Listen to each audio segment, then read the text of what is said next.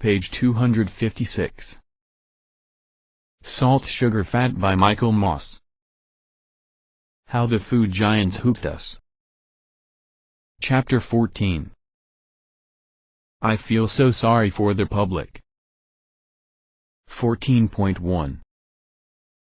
Salt means the world to processed food business. At a symposium for nutrition scientists in Los Angeles on February 15, 1985, a professor of pharmacology from Helsinki told the remarkable story of Finland's effort to address its salt habit. In the late 1970s, the Finns were consuming huge amounts of sodium, eating on average more than 2 teaspoons of salt a day. As a result, the country had developed significant issues with high blood pressure, which in turn brought an epidemic of heart attacks and stroke. Indeed, men in the eastern part of Finland had the highest rate of cardiovascular disease in the world. Research showed that this plague was not a quirk of genetics or the result of a sedentary lifestyle. It was a matter, simply put, of processed foods. So, when Finnish authorities moved to address the problem, they went right after the manufacturers.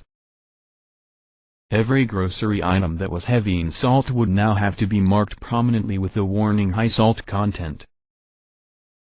This, along with an ambitious public education campaign, would have a dramatic effect. By 2007, Finland's per capita consumption of salt had dropped by a third, and this shift was accompanied by an 80% decline in the number of deaths from strokes and heart disease.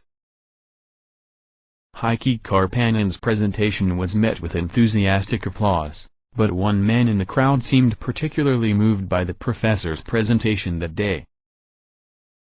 He had been sitting in the front row, and he rose up eagerly out of his seat to intercept Karpanen as he left the stage. Karpanen noticed him right away, struck by how much he stood out in the room full of academics. The professors dressed in a style charitably described as frumpy classroom, while the man walking toward him was all slick boardroom. He wore a suit that was expensively tailored, dark and crisp. His shoes were polished, his black hair neatly trimmed. He approached Karpanen and congratulated him on his work. He said that they shared an interest in salt, and he asked Karpanen to join him for dinner so they could delve more deeply into the subject. Given how the man had dressed, Karpanen wasn't surprised when a stylish car arrived at his hotel to pick him up that evening for dinner.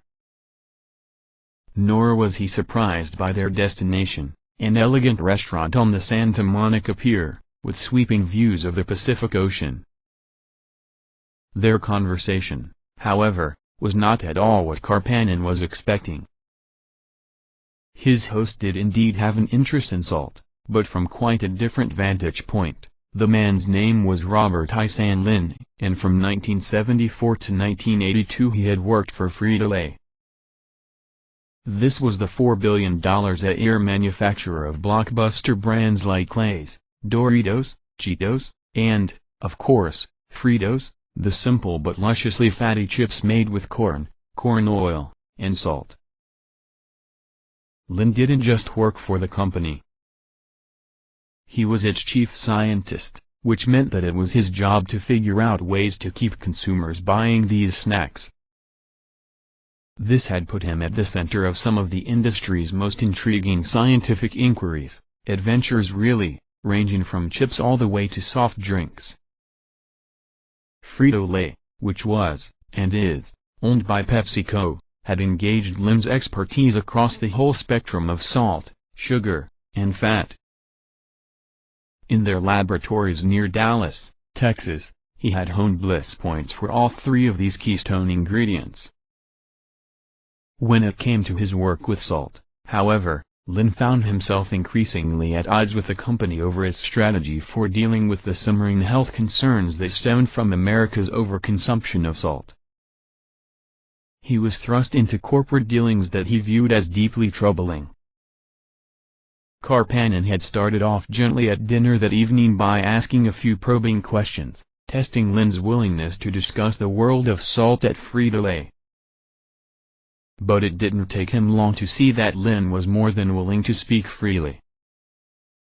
In fact, he opened up like never before. Karpanen felt like a confessor of sorts, and Lin had a lot he wanted to say. Lin was working for Frito-Lay when consumer advocates in the United States had launched their first attack on salty foods. Alarmed by the links to high blood pressure and heart disease, they asked federal regulators in 1978 to reclassify salt as a risky food additive, which could have subjected it to severe controls. No company took this threat more seriously than Frito-Lay, Lin explained. This was due in part to the salty nature of the company's snacks, but also to its strong, some would say Texan, corporate culture that tolerated no meddling in the form of regulation from the fools up in Washington, D.C. The company's top officials took the push against salt personally. Lin found himself caught between corporate and public interests, struggling to reconcile what was best for the company with what was best for its customers. He sketched for Karpanen the barest outlines of a battle in which the company used experts to take potshots as studies linking salt to high blood pressure, raised alarms about the health risks of too little salt in one's diet, and financed research into finding a cure for the harmful effects of sodium, which Lin viewed as a crass attempt to divert attention from salt. Salt meant the world to Frito-Lay as much, if not more, than any other ingredient.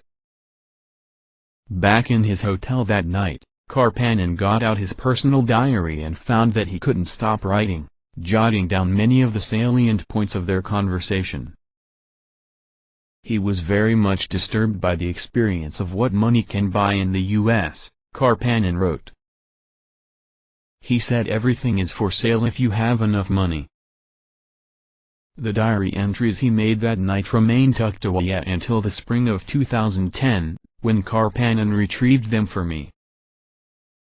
By chance, I had run across a letter that Lin had sent to Karpanen 3 weeks after their dinner, buried in some files to which I had gained access. I was particularly intrigued by a memo that was attached to the letter, written when Lin was at Frito-Lay, that detailed some of the company's concerted efforts in defending salt. I found Lin in Southern California, in the university town of Irvine. There, in his lovely home off of a winding drive, Lin and I spent several days talking about salt and his years at Frito-Lay and going through the internal company memos, strategy papers, and handwritten notes he had kept. The details that emerged from this record underscored the concern that Lin had for consumers. While at Frito-Lay, Lin and other company scientists spoke openly about the country's excessive consumption of sodium and the fact that, as Lin said to me on more than one occasion, people get addicted to salt. But the documents, along with others I would obtain, also pried open the door to another narrative, one that reflects the food industry's uncanny and highly consequential ability to turn adversity into advantage.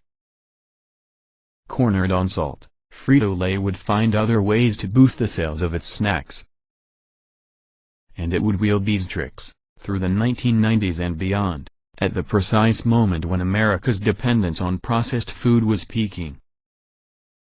High blood pressure was certainly one cause for concern, but more and more, as obesity overtook hypertension as a national health crisis, the danger in overeating the snacks that Frito-Lay so aggressively marketed lay not in their salt content but in their calories. 32 years had passed since Robert Lin first tangled with Frito-Lay on the health aspect of its chips, but as we sat at his dining room table, sifting through his records, the feelings of regret still played on his face. In his view, 3 decades had been lost, time that he and a lot of other smart scientists could have spent searching for ways to ease the industry's addiction to salt, sugar, and fat. I was employed at a time I couldn't do much about it, he told me. I feel so sorry for the public.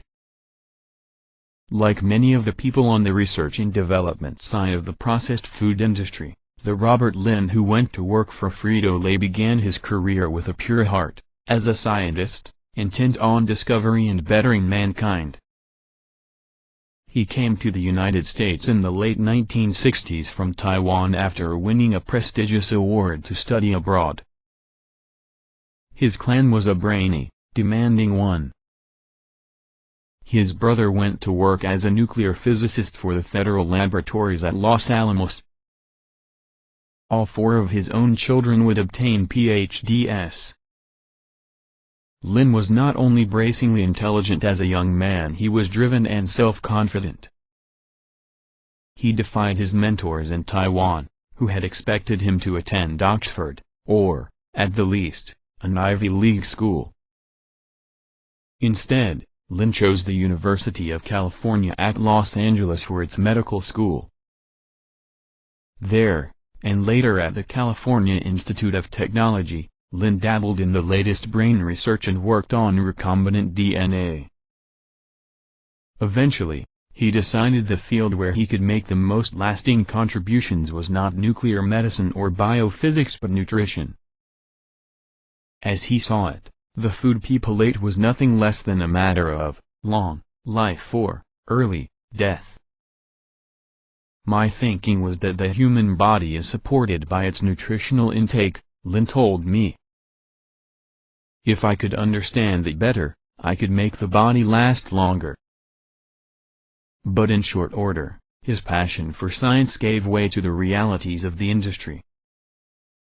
He moved east to work for the life sciences unit of the GTE Corporation and then joined a gold rush that was underway on the sweet side of processed foods.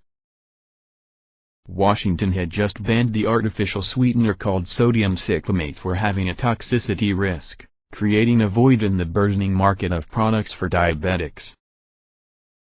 Lin joined a startup that was racing to turn an African berry into a sugar substitute. When you chewed it, not much flavor came out, he told me. But the molecule we extracted from the berry, you could put that on your tongue and it would make even vinegar taste sweet. A disagreement among the principals caused the berry venture to collapse, and Lin was forced to look for more stable employment. He flew to Dallas and interviewed with some executives who were enjoying a gold rush of their own, this one on the salty side of processed foods. The corporate culture at Frito-Lay was a shock to Lin. As chief scientist, he oversaw a division of 150 researchers and developers, each of whom was expected to dress and act like a senior executive. Navy blue and charcoal gray, Lin said. Any man who dressed colorfully was not going to get promoted. Lin, at times, was even told to make desk checks at 5 minutes past 8 in the morning to enforce punctuality. The lab work, however, was wildly fun, a series of puzzles to solve. Lin got dragged out of bed one night when thousands of bottles of Pepsi loaded onto a ship and headed to Japan suddenly started popping their tops like champagne corks. A few weeks later, Lin and his team finally nailed the culprit. The trouble had been caused by the new grape pigment Pepsi was using to replace a synthetic dye called No. 6, which, like cyclamates, had been banned. The grape pigment was natural but had quirks of chemistry that obviously needed more careful managing in the factory. Another time, Lin was called upon to rescue the company's potato chips. Frito-Lay had always been vigilant in keeping its chips incredibly fresh. The policy was, if they were not sold in a matter of days, they would be pulled from the shelves. This strict adherence to freshness was a company hallmark that set it apart from its rivals. But in cases where the chips stayed too long on the shelf, they didn't just go stale, the people eating them would feel nauseous. The problem, Lin found, was light. The chips in those days were packed in see-through plastic bags, and the light they let in caused a chemical change in the chips. Lin solved this by switching to an opaque bag that now, of course, has been widely adopted by the industry.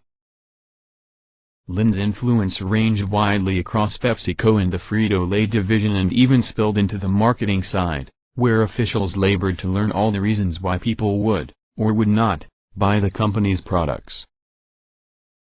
Health concerns were an obvious issue with salty or sugary snacks, but Lin put this matter in proper perspective. When a colleague developed a calculation for measuring the pros and cons of snacks, Lin honed it with all the proper mathematical framing. The reputation that snacks had for being bad for one's health, was an issue that worked against the company, along with their cost, and failures in quality, like breakage. But other factors worked in the company's favor, making it more likely consumers would decide to purchase its chips and other snacks tasted great, they were convenient, and utilitarian, ready to eat out of the hand or with meals. Lin added some mathematical weighting, A, B, and threw it all into an equation he called the model for ideal snack, which explained from a mathematical perspective why Frito-Lay was making a killing in fatty and salty snacks. Every time a consumer is making a decision to buy the snack, if resistance is greater than reward, there would simply be no purchase, Lin wrote in a memo to other Frito-Lay officials. It would be better to express in the following way: P equal A1T plus A2C plus A3UB $1 minus B2H minus B3Q. One of his more expensive investigations at Frito-Lay was the Monkey Project, aimed at refuting the critics who, in the late 1970s, were making a fuss about saturated fat. Frito-Lay maintained that shoppers could do worse than pick up a bag of its chips, bread and butter, for one example, might sound innocuous but in truth was loaded with salt and fat. So the company spent $1.5 million on an experiment that would prove Lay's chips weren't really that bad after all. Monkeys, a 130th Amos, served as the guinea pigs. An animal research center was hired to run the experiment, with Lin overseeing the science. We fed them a potato chip chow, 3 times as much as we felt people would eat in a day, and we did this for 5 years, Lin said. Monkeys breed fast, so there were actually 2 generations involved in this trial. The findings, although never disclosed publicly, were comforting to Frito-Lay. The chips maybe weren't great for one's health, but they wouldn't kill anyone, either. We wanted to confirm whether saturated fat was really that bad, Lin said. We were asking, how bad is the chip? We raised the monkeys for 2 generations and fed them this controlled diet of potato chip chow mixed with a supplement of vitamins and minerals, and one group had increasing amounts of saturated fat. After 5 years, the only conclusion was that the group with higher saturated fat had higher cholesterol. But birth defects? There were none. Some might have thought we were wasting time, but I thought it was responsible science. It gave everyone peace of mind. Defending its chips on cholesterol was one thing.